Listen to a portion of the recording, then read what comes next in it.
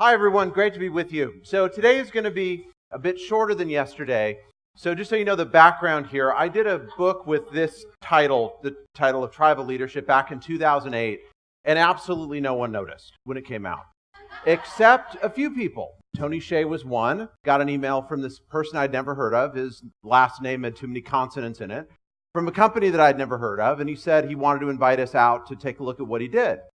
And that turned into the famous trip to Zappos. And a few people noticed here and there, some of the top entrepreneurs, top corporate leaders said these guys are onto something. In fact, this is what we intuitively did to build our culture. And as a result, many people said we are now worth hundreds of millions, even billions of dollars. So when the paperback came out, it debuted at #1 in the New York Times. So it was a great, thank you. So it was a great experience of really a calling card for a message. And so the goal here is to present this in a very short period of time, more like a TED format. And there is a TED Talk that I did based on this. But what we're going to do here, because we are at Awesomeness Fest, is we're also going to do this in a way that's going to be fun. So what exactly do we mean by a tribe? I don't mean an endless movement. That's not a tribe, the way we're defining it. In English, there is no word for what we mean by a tribe. So it's a group of between 20 and 150 people. That is a tribe. So unless you have, as an entrepreneur, 19 other people, you count as one, so 19 others, that are fully invested in the success of your venture, then step one is you got to go round out that number. So you might ask why? Well, what's so magic about 20? There's actually a lot that's magic about 20. So when you get 20 and you add one more person, the group will tell that one person how to change their behavior to be part of the tribe. But think about it. You're having lunch with maybe 5, 6 people, and a new person comes and joins your table. That will have a profound impact on what happens with the smaller sizes. So below 20 is a team, a group, a cluster of friends. It's something else. And between 20 and 150 is a sort of black box that we noticed in doing the research for tribal leadership, and a lot of other people noticed, is the basic building block for any human endeavor. So if you want to create a great business, you'd better have a tribe. Not 5 people, not you and a great idea, but 20. Now by invested, I do not mean just financially invested. So your tribe could include a spouse, it could include friends, investors, some of your original clients, some of the people you meet here, and say, I want to be a part of that. They are members of the tribe. But when you hit that magic mark of 20, now you've got something that's substantial. So I mentioned you don't need to be told to build tribes. We do it naturally. Part of our genetic code. But here's the bad news. We do not form good tribes. In fact, 75% of tribes, I'm going to use a technical word, suck. And I'll show you the evidence for that when we continue. So the goal here is to take the tribe that runs your business and make it one of the great ones. One of the ones that people like me write books about, that say this is something important, this is changing the world. So, headline number 1, there's this thing called a tribe, between 20 and 150. Peter Drucker, father of modern management, said, he's alleged to have said, we can't find the chapter and verse on this, culture eats strategy for breakfast. Culture eats strategy for breakfast. Peter Drucker, father of modern management, is the one who said that. So what got us going on this is I didn't know what the heck a good culture was. What does that mean? Does that mean people are happy? Is it like Zappos and they're throwing glitter up? Is that what makes a good culture? Then we should pass out glitter and we'll all be great. That's clearly not what it means. So number 1, what is a good culture? And number 2, how do you take a culture that's maybe not good and make it better? All the way up to one of these amazing world-changing cultures. And so headline number 1 is this. Headline number 2 is there are 5 types of tribes. So you've heard the references here throughout Awesomeness Fest to a level 5 tribe or a stage 5 tribe.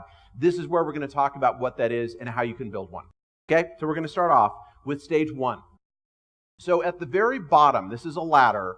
At the bottom is everything you don't want, and at the top is everything you do want. Innovation is at the top. And everything at the bottom is things like violence, threats of violence. So I was in Africa a few years ago, and I had lunch with someone who's kind of famous. I'm not going to say too much about the person because famous in a not very good way. And I just asked him over dinner, how do you get to be president of this union. And this is nothing against unions, okay? And I just said, how do you get to be president of the union? And without missing a beat, he said, simple. You find out where the people who run the union are having dinner, and you kick in the door and you shoot them all with your AK-47. And I laughed. Some of you did a little snicker. That's sort of what I did at dinner. I'm not sure if I was supposed to be nervous or not, or if that was a weird joke, or I didn't know what it meant. Got back to the U.S., looked it up online, and there were a lot of reports, none of them proven that, in fact, exactly that happened. So I tell that story around the world, and mostly people are horrified. What do you mean there are these tribes that perform like that with violence and threats of violence and homicide, cooking the books, doing whatever it takes to survive? The truth is, those are all over the place. But let me give you some numbers. In employed situations, including entrepreneurial ventures, stage 1 is the case only 2% of the time. Meaning, if you bump into this naturally occurring tribe someplace, and they're associated with a business in some fashion, the chance that they're going to be like this, stage 1, is 2%. So that's good news. Now, when we move into the next stage, stage 2, this one's big. This one is 25%. And I mentioned, since this is Awesomeness Fest, let's make this more awesome than a TED Talk that is really a talking head that people are supposed to be able to watch on their iPads. So here's what I'm going to ask. We're going to make this interactive, but it's going to be very short. I'm going to ask you to find 2 or 3 or 4 people sitting around you and just form what we call a clump. So please form your little clumps. 2, 3, 4 people sitting around you. If you don't know people in your clump, say hi. Come on back. A total of 3 questions. 3 questions. These are all going to be very short questions. Everyone in your clump, these are individual answers, should be able to answer each question with maybe a sentence. So question 1, everybody will go around and answer it. If someone's got a pen, or you can type it into an iPad or something, it'd be great to take notes. If you can't, whoever's got the best memory in the group, you're the scribe. Total 3 questions. Okay, so everyone will go around. When you're done, please just hold your hand up. That means that we're done. And when I see a lot of these, we'll move on to the next question and then the next. So here's question 1. Everybody ready? When people around you complain, when they gripe, the question is, what do they complain or what do they gripe about? That's question 1. Here's question 2. This is an individual question. It is, what is one thing, business related, that you are particularly good at doing? Said differently, what is one of your strengths? What is one of your skills? You just say, I am good at blank. And when everybody's gone around and said, I am good at blank, raise your hand. We'll move on to the third and last question. So then what's the question? Why did you decide to come to Awesomeness Fest? That's the third and last question. Why did you decide to come to Awesomeness Fest? Raise your hand when you're done, and then we'll move on. As we say in the U.S., close enough for jazz. Please come on back. So, stage 2 avoids accountability.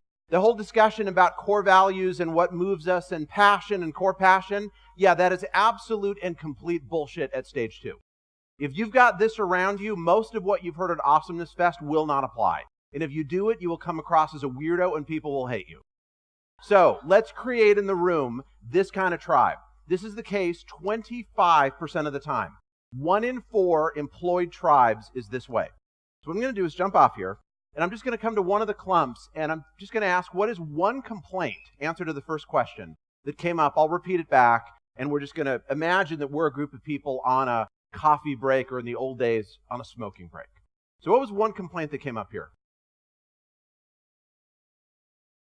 People complain about other people. So I want you to imagine that we're sipping coffee at breakfast, or we're out later tonight and we're sipping cocktails, and someone says, you know what sucks?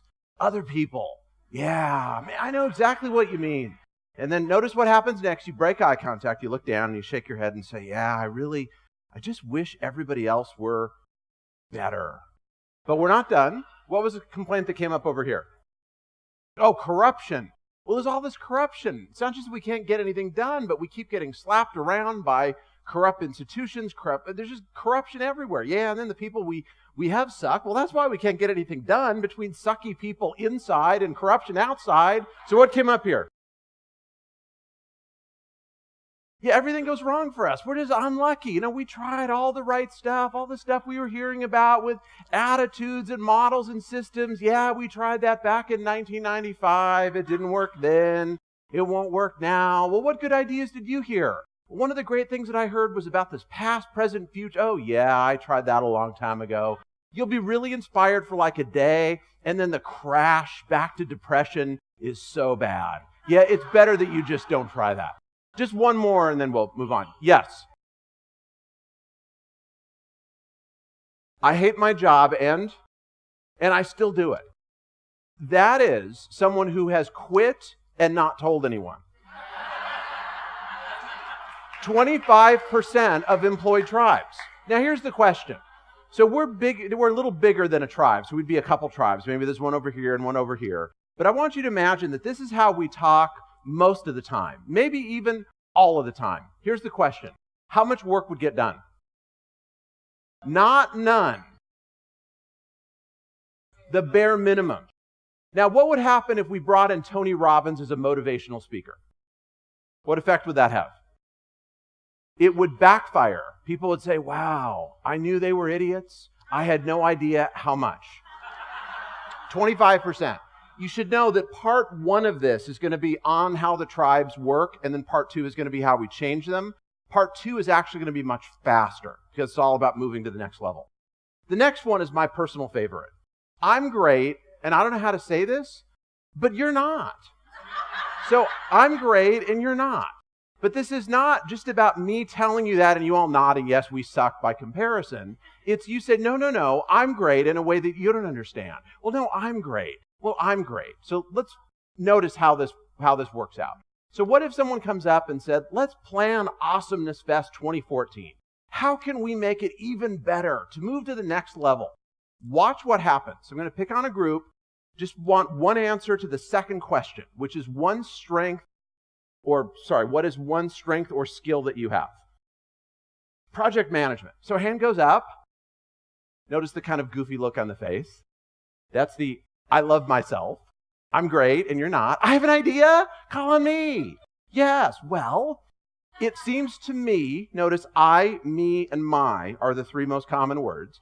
Seems to me that this is one big project. We need to get better at, running the projects. And I think we should make a list of the projects and assign people to the right projects. And wow, that would just be, say it with me, awesome. The problem is, as soon as you're done, other hands go up. So what was one strength that came up back here?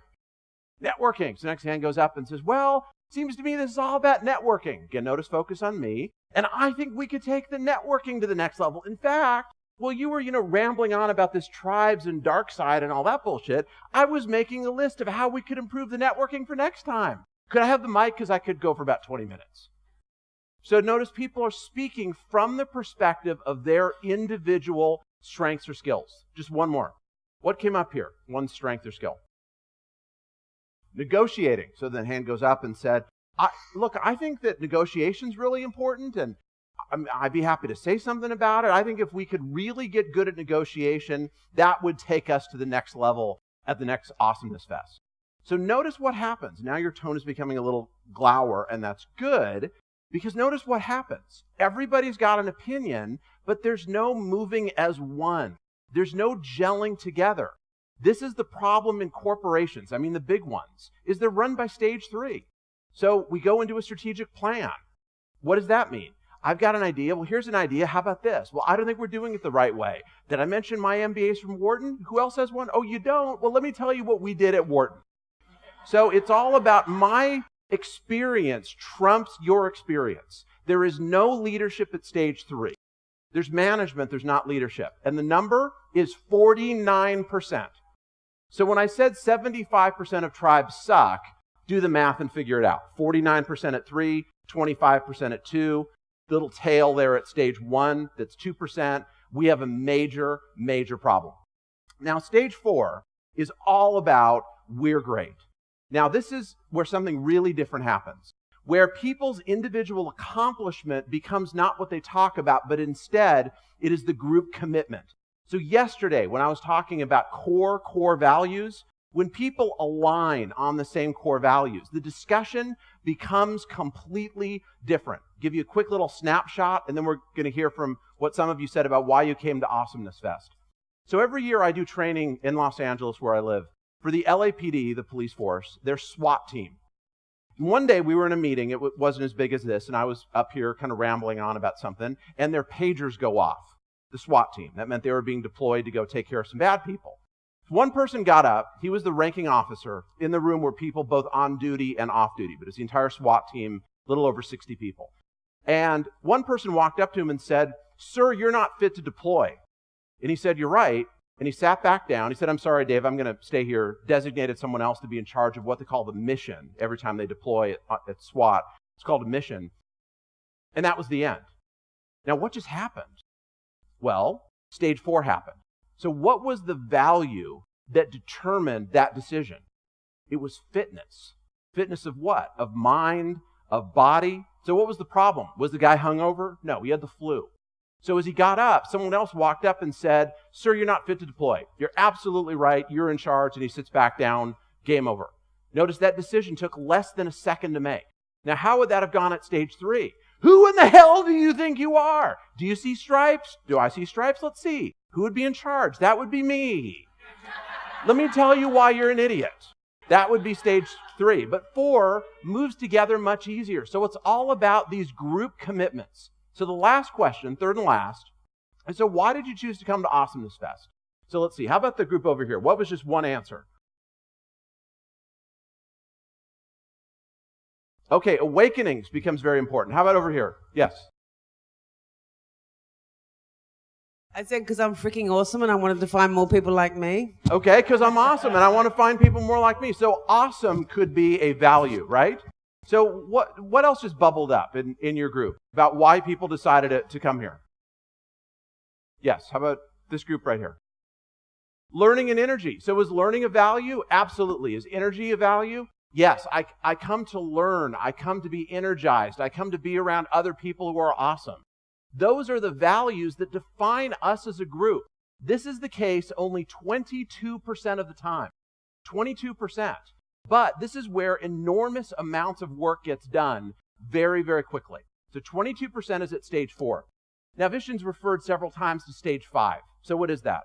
So as we were collecting our data, we walked into Pixar.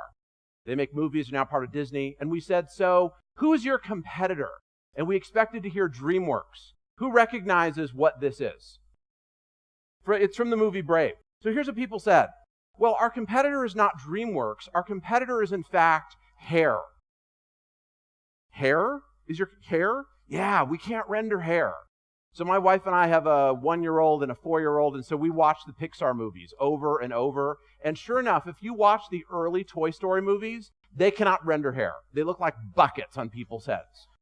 And that was a violation of a core value to them. So here's the deal. At stage 4, there has to be a them. We're great, and they're not. So who's they? If we're a sports team, it's whoever we're playing. If it's Awesomeness Fest 2013, well, what happened 2012? Because we got to be better, right? There's got to be a sense of a competitor. But at stage 5, which is the case only 2% of the time, that sense of another drops away.